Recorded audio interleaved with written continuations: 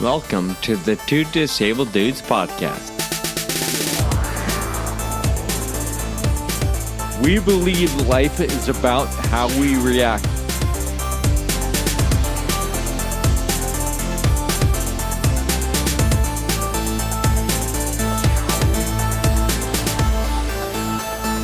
Welcome to...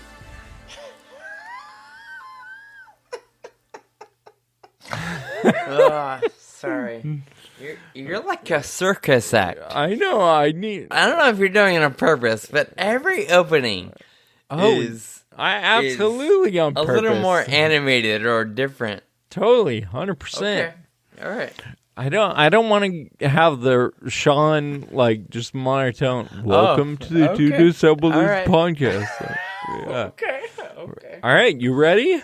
I'm ready. Wow. Welcome. No, just kidding. Go ahead, Hollywood. Whatever you want to do. Welcome to the Two Disabled Dudes podcast. Sean, what's on your mind today? Okay, that was pretty monotone. That was pretty boring. But you know what? Let's just go. What's on my mind is that it's beautiful outside. It's sunny. The weather is nice. And you're already getting under my skin, so I just want to get this over with so I can go outside. Oh, my gosh. What's on your mind? So, with that, let's jump into What Say You?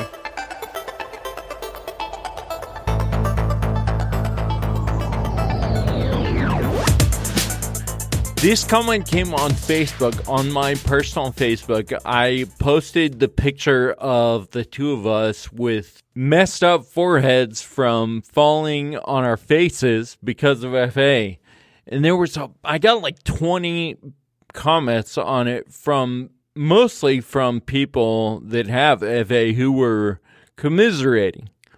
And this one comes from Laura Crawford Hopkins, and she says, "Glad you can find the humor in some of the absurd things about FA." I really relate to this one because at some level, she's saying, yeah, there are some absurd things, and I'm glad you can find the humor, but sometimes it's really frustrating. I can read between the lines, I think, in this comment. And another comment that I got was, if you don't laugh, you'll cry. I think laughter is a defense mechanism for a lot of us where we go, all right, we better laugh or else life is just not going to be good because it's not going to change anything by crying about it, I guess, right? Yeah, that's true.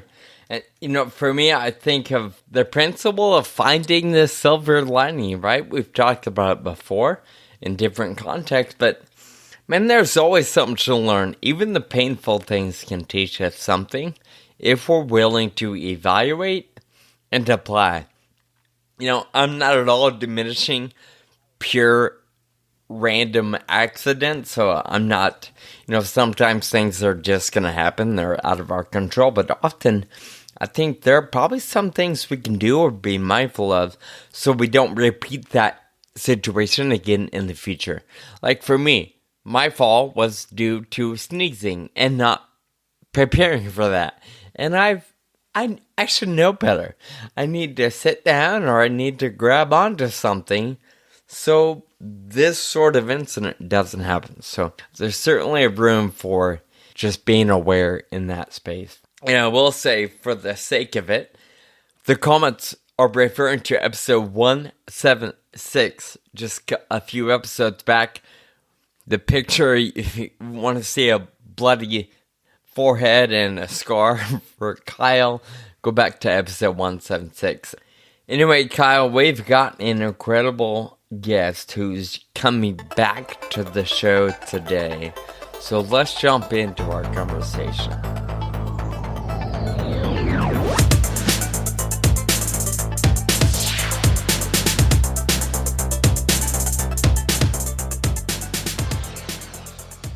We are lucky enough to have a little time from Tom Hamilton today. Listeners may remember him from episode 24, we interviewed Tom about the parent perspective on rare disease. He gave us a lot of good insight, just how parents think through the rare disease diagnosis process and how everyone can contribute to treatments and the cure in the community. No one has a bigger contribution than another person. So we are really excited to talk to Tom today to just have a little update. Tom Hamilton, welcome to the Two Disabled Dudes podcast. Oh, thanks, Kyle and Sean. It's a pleasure to be here. I can't believe it's been 5 years. I thought we would have had this podcast in the garbage by now. We would have cured everything, and we'd all have moved on. But unfortunately, here we are. But thanks for having me. I appreciate it. I was thinking we would have given up by now. I didn't think garbage as in we didn't need it. I was thinking garbage as in we're not great. Let's just do something else with our time. It's a credit to both you guys, right? I mean, you've talked about so many different topics that have appealed to so many people in the patient community, whether it's family members or actual patients or people in drug development businesses. You really hit on a lot of great topics, and kudos to both of you for lasting this long and keeping an audience for this. So it's you should be really proud, and it's been an amazing journey for the both of you. Speaking of journey, I listened to our podcast episode that we recorded 5 years ago, and it sounded terrible. And Tom, I'm not saying anything about the content, but I'm sure it had to do with content as well. There was like this white noise behind everything I said. I think it was coming from my mic. Yeah. And I think I said about every 5 seconds. So hopefully it's a little better now, but we've come a long ways. Yeah. I remember that conversation. I believe I was in a place that barely had internet. So I'm sure I contributed to the misery, and I'm hoping it's a little better now, but I'm not sure. Tom, real quick, for our listeners that maybe have joined in just in the past year, or they weren't around for episode 24, just a little recap. And of course, Tom will have you break into some details, but from my personal perspective, I got connected with Tom because of the ataxia, right? He joined into FARIG. His daughter was diagnosed. He got plugged into the FA community, and he's one of the reasons why the ataxia even exists. So I remember first meeting Tom in person at a restaurant somewhere in Hollywood. I don't remember what the place was called, but it was the premiere, right? The night of, we met earlier that afternoon. A bunch of us got together for lunch or something. And Tom, all I remember you saying is, I feel like I know you. And I don't know why, but that still warms my heart today.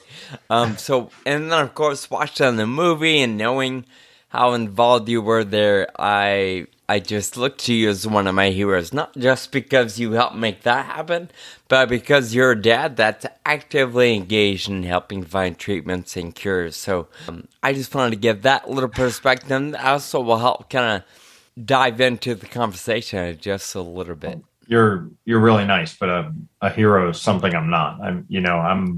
I feel like, listen, everybody in this community, parents, whether it's a parent or a drug developer or someone working at FARA or a cousin or a neighbor or whatever, everyone's doing the best they can, and I feel like, not to be religious with you, but God gives to those people who can do more, and they have an obligation to do more. Right. So I don't ever feel like I'm doing more than anyone else. I feel like I'm working as hard as anyone. And if I'm lucky enough to be impactful, that's fantastic. But I don't really view my efforts any different as someone riding in ride ataxia or having a backyard barbecue or raising $20 at a fundraiser, right? All these things have equal impact. And I think to highlight, while you're kind, to highlight that I've done something extraordinary just feels out of line. I think, this disease progresses because we all have humility and we all are trying to work towards the same goal. And everyone does what they're good at and does what they can. And if we all keep doing that, we're going to get this thing. Absolutely. I love it. Tom, can you tell us a little bit about Annie? You mentioned her in our episode 5 years ago. Your daughter Annie has Friedreich's ataxia, and can you give us a little update? Sure. Wow, 5 years ago. So she was 13 at the time. Yeah. It's hard. Like I think back to those days, and as you guys know, right, an FA patient feels progression like nobody else because you recognize that something today you couldn't do that yesterday you could, right? So if I think back 5 years, my daughter, Annie was walking, right? She's transitioned to a wheelchair through her high school years, full time. And she is, well, listen, it's all good news. Annie's happy, right? And as a parent, that's all you want, right? And she's worked really hard through high school. I'm really proud of her. She's very excited. She was accepted to University of Notre Dame, and she's going there next year. Yeah, I'm so proud of her. And you learn a lot from your kids, and they're resilient and they're strong, and they've got an amazing heart. And every time you think you're having a bad day, you think about how strong every FA patient is, and it should give you some strength. So I get that from my daughter every day, and I know I get it from you guys every day. So she's doing well, and she's happy, and keeps plugging along. So thank you for asking. And for our listeners' sake, I'll mention we had Annie join us for a forum conversation, her and two other young ladies. Episode 81, we all got together. Amicus Therapeutics hosted a conference that we were able to be a part of, and Annie served on that panel. And that conversation was one of the funniest we have ever had in 100 and some odd episodes. So if you're interested in hearing Annie and meeting her through the podcast, episode 81. I remember asking her a question just at the very beginning. I said, Annie, have you ever used a typewriter? And she just looked at me like, no. What is that? What's a typewriter? Yeah. So not too long ago, a few weeks, maybe a month, members of the crew and people a part of the making of the Ataxian got together. That recently was published on YouTube, so not everybody can watch it without any special access or paying for it or renting or whatever. So in honor of that, we hosted a public Q&A time and just catch-up time. And the three of us were there as many of other crew members, Mike, Bryant, Kyle's dad, our crew chief, other people that just make the race happen, and the movie. And we had a question come up. And it was from a young boy. I want to say he was 10 years old, maybe, somewhere on there. And in this question, I'm paraphrasing. I don't remember it exactly. But the young man asked, how do you ride a bike if your legs don't work? Something to that effect. And as we all know, FA, a neuromuscular disease, like you mentioned, puts people in wheelchairs and kind of just destroys our ability to control our arms and legs. I went to the place of there are different types of bikes. But Tom, you went somewhere that I didn't even think about, and I don't think anybody else thought about. I don't know if it was the dad in you or the FA supporter in you or what it was. Can you share with us a tiny bit of what your response was, if you remember? And then we want to dig into that a little bit with you.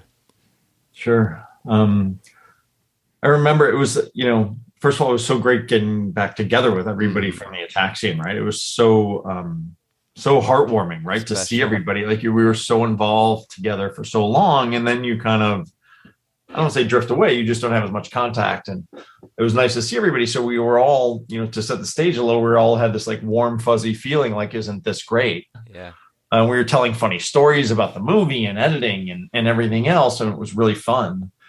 And I remember in the chat line on the Zoom we were on, the young boy, I think he was 10, said, asked the question, and I just thought to myself as a parent, he's 10, he probably doesn't understand all the ins and outs of the entire disease, relatively new diagnosis, and I just wanted to make the point to him that, here we are we're talking about this movie and riding bikes across the country, and there's two guys with FA, and they rode from California to DC, and we did it in 8 days, which is unbelievable in story in its own right. But for a child who's 10, and maybe his knees are bending in, or he has his ankles, he's got high arches, whatever it might be, he can't ride a bike. And the first thing my head went to was, listen, just because you can't ride a bike doesn't mean you can't push forward with your disease, and it doesn't mean you have worse FA, or you're a worse person, or you're not contributing, or you can't do things that other people can do. And I just wanted him to feel like he wasn't less than, right? Because we had spent an hour talking about this great feat that the two of you had, which is, and taking nothing away from that, because it's nothing short of amazing. But as you guys know, there's different stages of onset. The two of you are a little later onset, and you end up with a different disease progression and phenotype than other children, right? And for those kids who are diagnosed young at 5 to 10 years old, maybe they're not riding a bike at 14. Mm-hmm. And I wanted to make sure he knew that it had nothing to do with him personally. Yeah. That he wasn't able to ride, right? That there's different people have been dealt different hands when it comes to this disease. And we don't perfectly know what the path is from diagnosis onward. We have ideas, and we've done a lot of work, but it manifests itself differently. Some people diagnosed at 7 can ride a bike, some can't. Some have their knees knocked in and can't, pedal, some can. So I just wanted to make sure he got the message that you're doing nothing wrong. You're a great kid. What's important is your heart. And you do everything you can to help push forward. That's enough.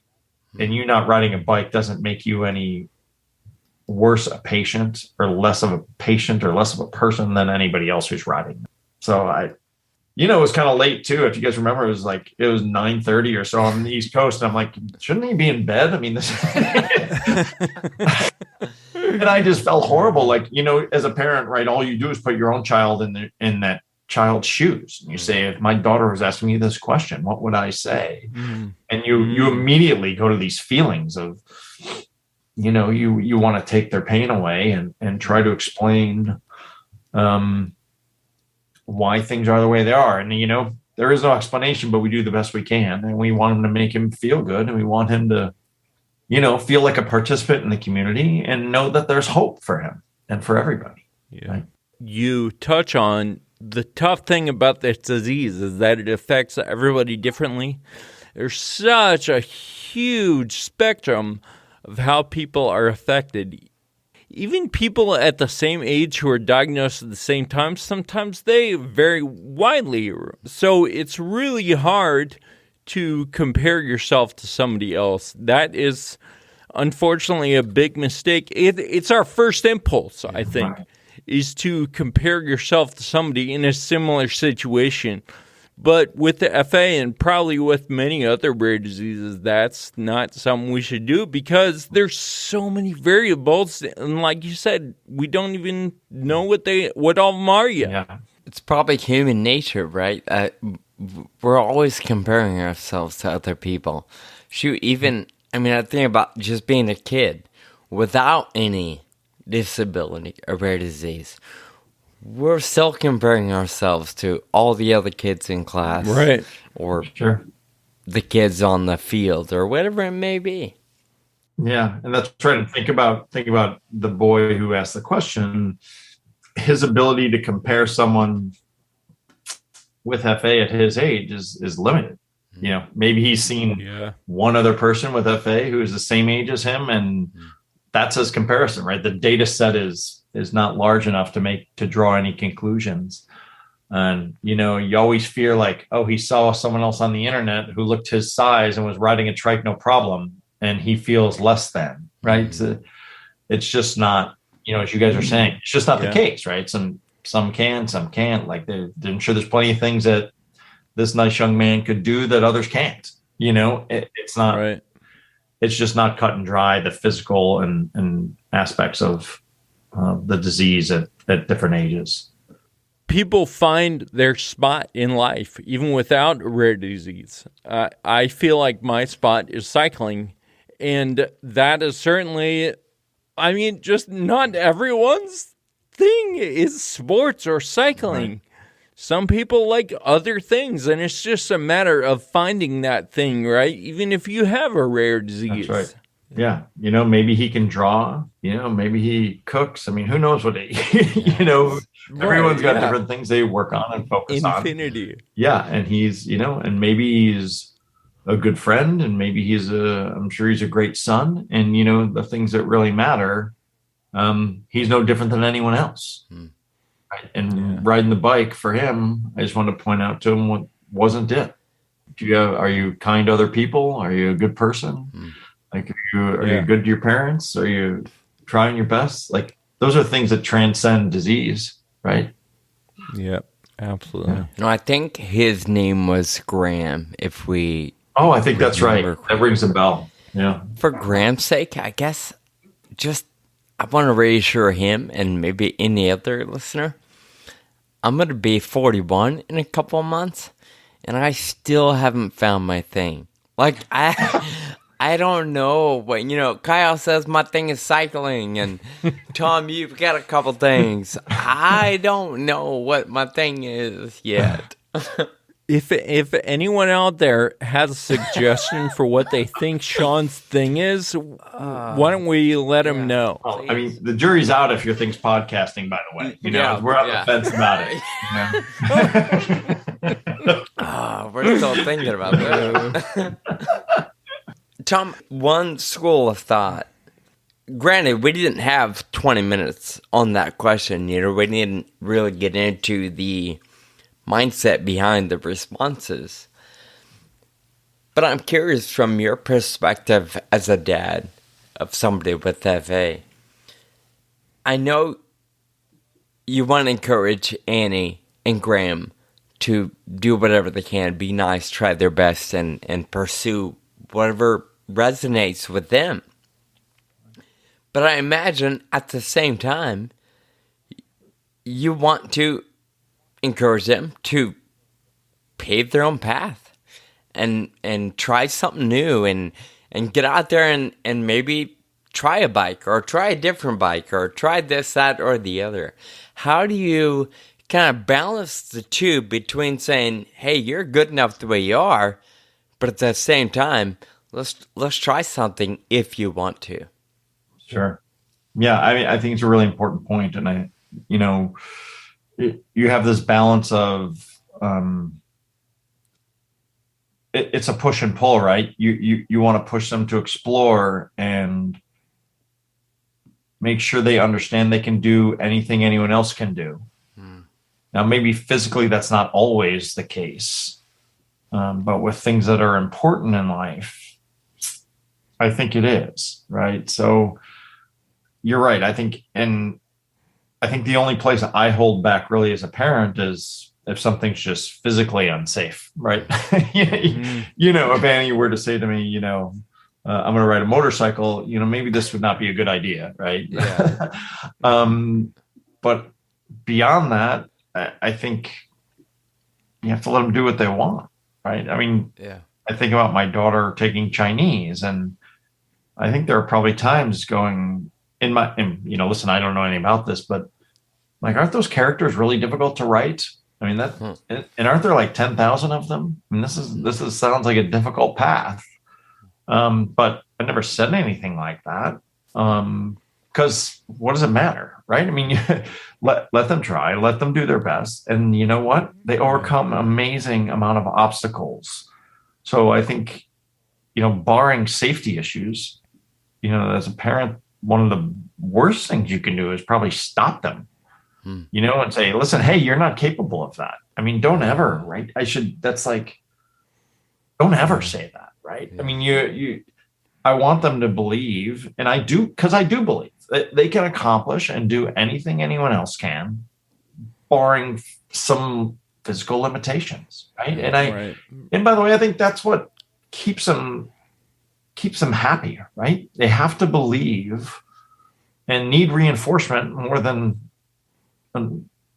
someone not disabled that, listen, you can do anything you want to do. You can be a functional and very additive person to society. And I speak from a personal perspective when, listen, my daughter's taught me more about life than I've ever taught her about it, right? I mean, there's this amazing, as a parent, you think you have some control and you have such impact on your children.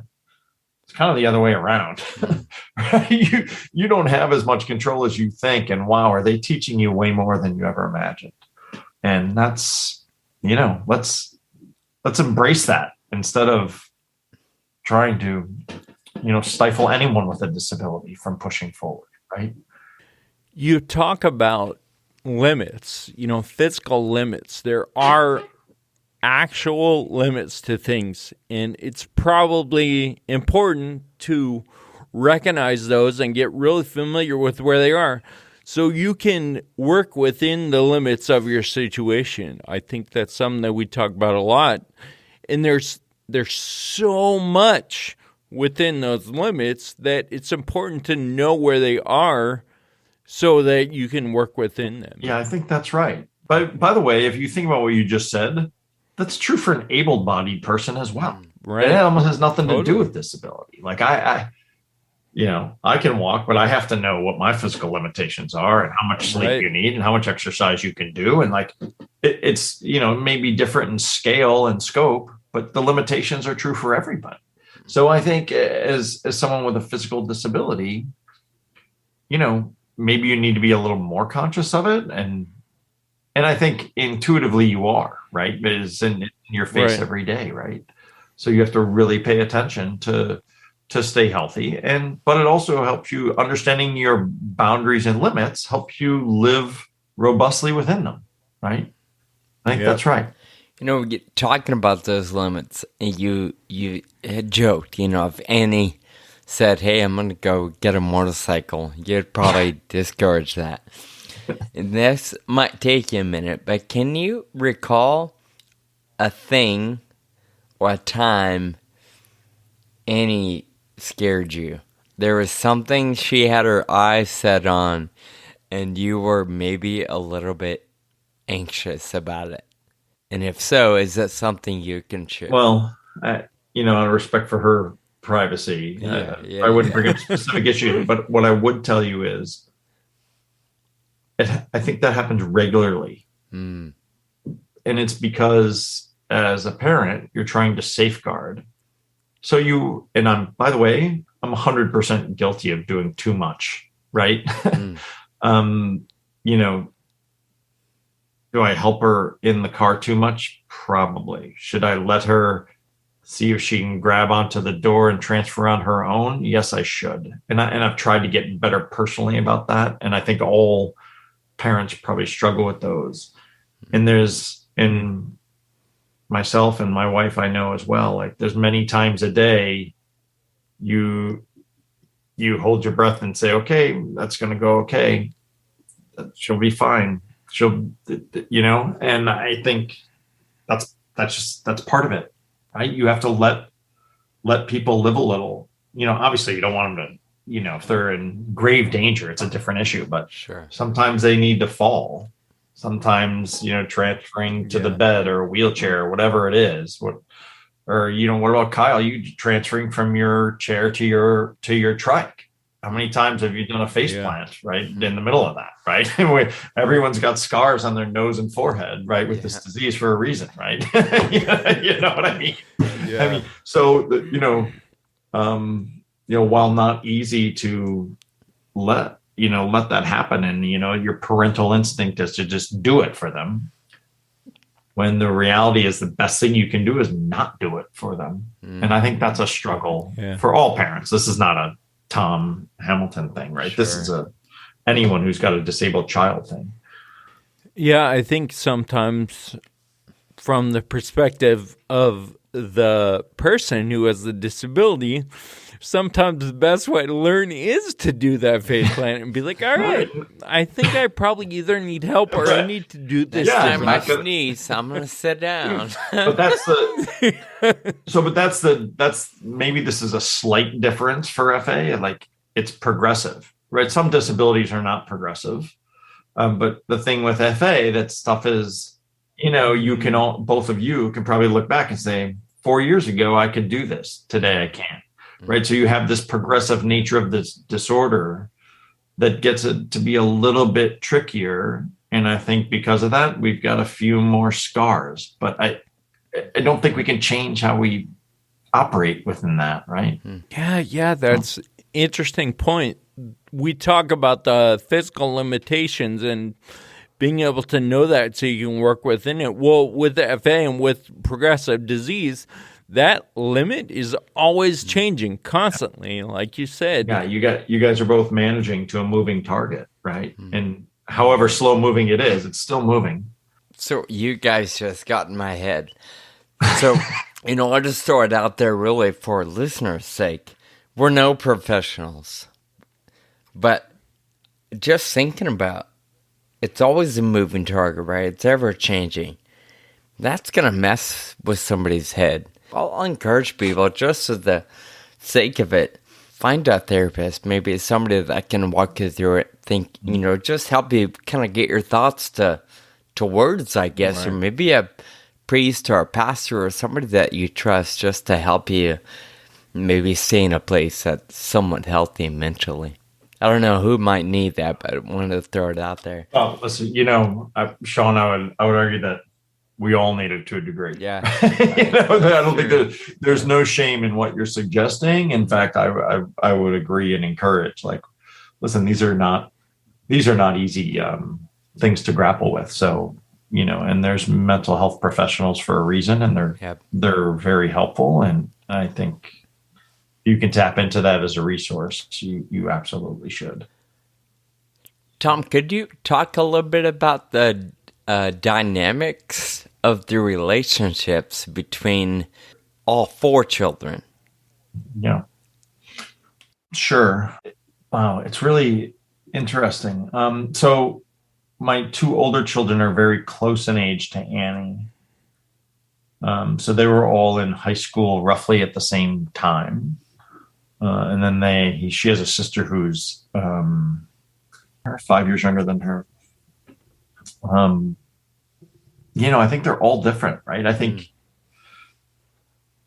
I'm sure this is not, forget about my family. Like, I think within any family with a child with disability, all the other kids are impacted in different ways. And I think, there's times when I think you want them to be more sensitive to what's happening in your house.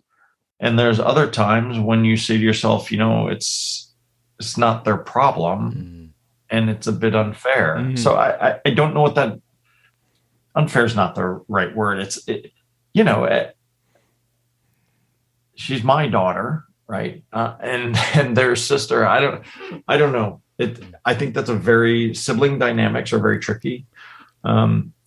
Listen, as a parent, I think you try to create as much love and acceptance and kindness in your house as you can, and hope that flows through to everybody, whether they're disabled or not. And I wish there was a recipe for success for that. I don't claim to know what that is. But it's a tough one. I think, listen, you don't want your children to feel, there's two things. You don't want them to feel guilty that they didn't help out enough. And you also don't want them to feel burdened that it's too much, right? So what's this balance of keeping everybody's individualism? They have their own life to live, yet there's responsibilities within the family that we all need to chip in on, right? They're very complicated issues. And Gosh, I just don't. The jury's out. I think I hope we've navigated kindness and love, and hopefully that's enough. But I and I think knock on wood to date, it's okay. But I'm sure there's families that can tell stories for hours and hours on this topic. Well, I've met all of your kids, and all of them are absolutely wonderful people. And so I think you guys are like all of us. You're doing the best you can. You're doing a great job. You're really kind. I appreciate that. I haven't met them, so I can't tell you if I like them. And he's pretty cool, so I trust the rest of them are pretty cool too. They're good kids. My wife does a nice job. I don't take any credit. Tom, in our episode last time, 24, 5 years ago, we talked about lots of different stuff, the different things you were involved in, or different ways you were contributing to the cause of treating and curing FA. Can you talk about, I think you'd mentioned chondrial was the name previously. I want to say things have evolved and changed over the 5 years. Could you give us a little update on I don't know the best way to word it, but maybe the side of research that you're involved in? Sure. Well, to chondrial specifically, it's amazing. It was 5 years ago. So 5 years ago was chondrial. Now it's gone through a reverse merger and is now a public company. It's called Larimar Therapeutics. Because it's public, I can't talk too much about anything that's not in the public domain. The progress has been that Larimar has, completed a phase 1 trial in the TAT. It's a TAT for taxin. It's a protein replacement therapy. The good news from the phase 1 trial was that, first of all, it was deemed safe within that trial. And we also did some peripheral testing, and we tested for taxin levels in plasma and buccal swabs, which is the skin swabs in your mouth, and also some skin punches. And the frataxin levels in those patients were brought back to better than carrier levels, which is our goal. Now, this is all public information, but I also I want to caution you, right? As you guys know, those aren't really affected tissues, right? So helping your cheek swabs have more frataxin, we're not sure what kind of benefit that's going to have, but it's all you can measure, right? I mean, we can't measure your heart tissue, right? So that's the good news. The bad news is, that dosing was only 7 to 14 days, depending on the cohort. So it was a short period of time. So let's keep that in perspective. In order to do longer term dosing, you have longer term toxicology tests that you have to execute in non-human primates, which we were doing. Because of some issues within that, the FDA put us on a clinical hold, which we are currently on. And we're trying to work through the data to satisfy people that we have something that's safe. And we'll see what the regulatory bodies and FDA say, right? They decide, and hopefully we can continue on the path with that drug. So we'll see what happens there. What else did we talk about back then? I don't even know. I mean, well, I think there's been a lot going on. I mean, forget about me personally, right? I think we've had quite a few things within the community that have been fantastic, in combination with FARA and Cure FA Foundation and End FA Foundation. There's all sorts of people rowing in the same direction here, right? But we've got a great program at the Broad Institute up in Boston, which we've had now, I want to say, for 4 years, and I think it's funded for another 3 or so. We've got a huge team of people. Every time we try to, give gifts, grants, or start programs, I like to use the term infect, right? Like I want to infect the institution with Friedrichs, right? So I feel like we start out small and we infect the institution hopefully as a way to leverage the capital or commitments you're making to them. And I think we've done that at a few places. The Broad Institute's a great example. They've done a lot of great work for us in FA, and they're going to continue to. We continue to have the Center of Excellence at the Children's Hospital of Philadelphia under, Dave Lynch and Rob Wilson and Ian Blair and Kim Lin, just fantastic physician scientists who continue to do great work. So that's still going on, and that's funded for another couple of years, I think, at least. We have another program that, FARA sponsored at University of Oxford. FARA and EdNFA sponsored over there. They have another program across the pond that they're working on. FARA's added so much to the Clinical Care Research Network. We've added new sites, right? We've got a new site at St. Jude's in Memphis, and I'm sure I'm skipping some. I know Brazil and Denver, and we've had quite a few additions. So yeah, I would just say that I think what's impressive is the whole community has really built up this infrastructure that's clinical trial ready, has great patient engagement. I think our goal is we need to create a disease that people want to work on, right? For a couple of reasons. First, they want to work. If you're a drug company and you have a capital, you need return for your shareholders, obviously. Let's make it as attractive as possible for them to work on this disorder. And I think that's what the community has done, right? Everybody together.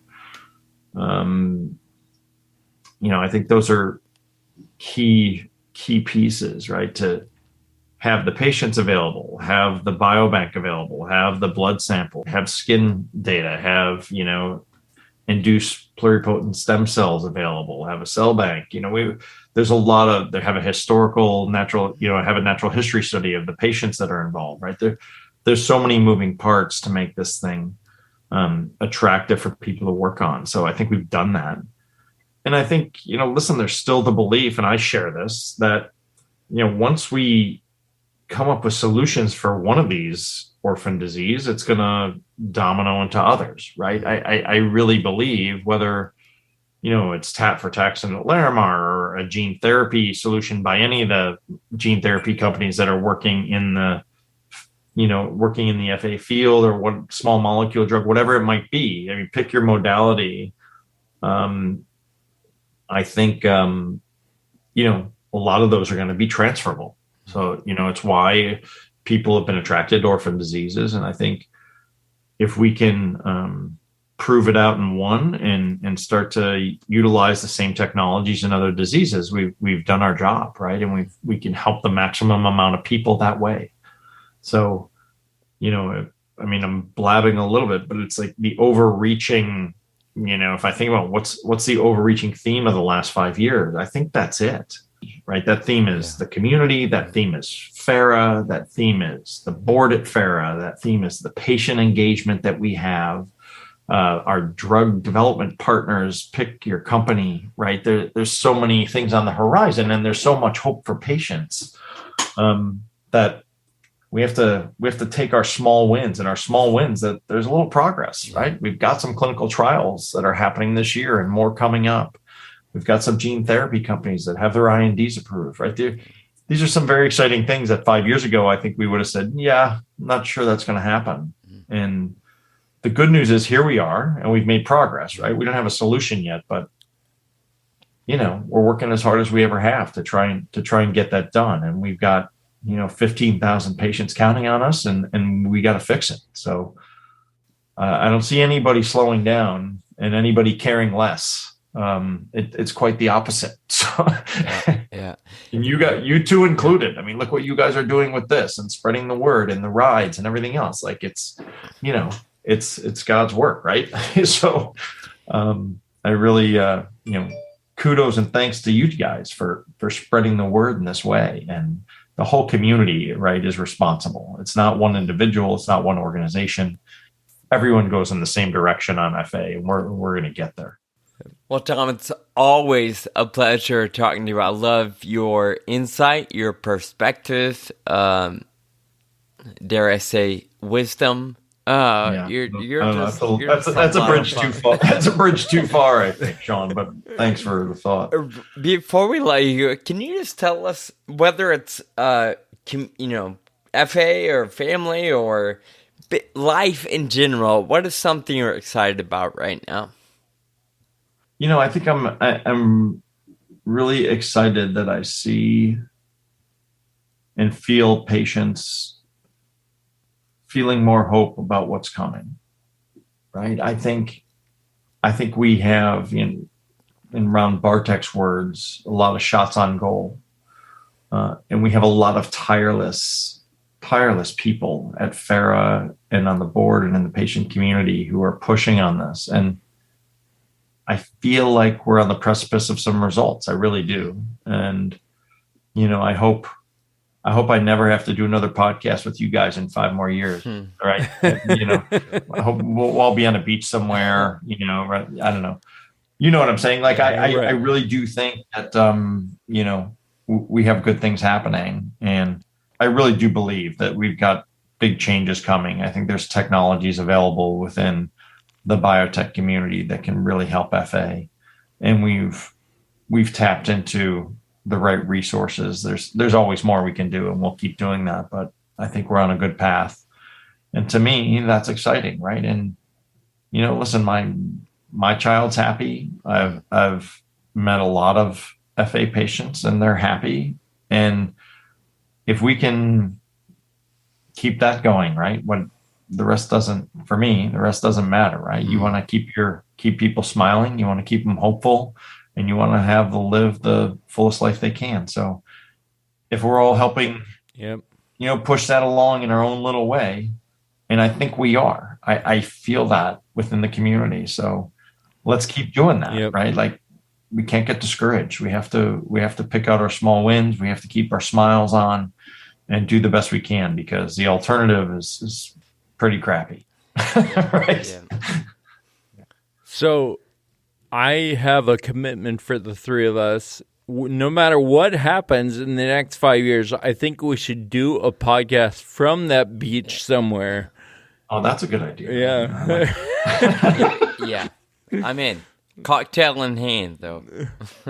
Yeah, for it's sure. It's been an honor to have you back on this show, Tom. Thanks for sharing a little bit of your Sunday afternoon with us. Thanks so much for having me, guys. Love you.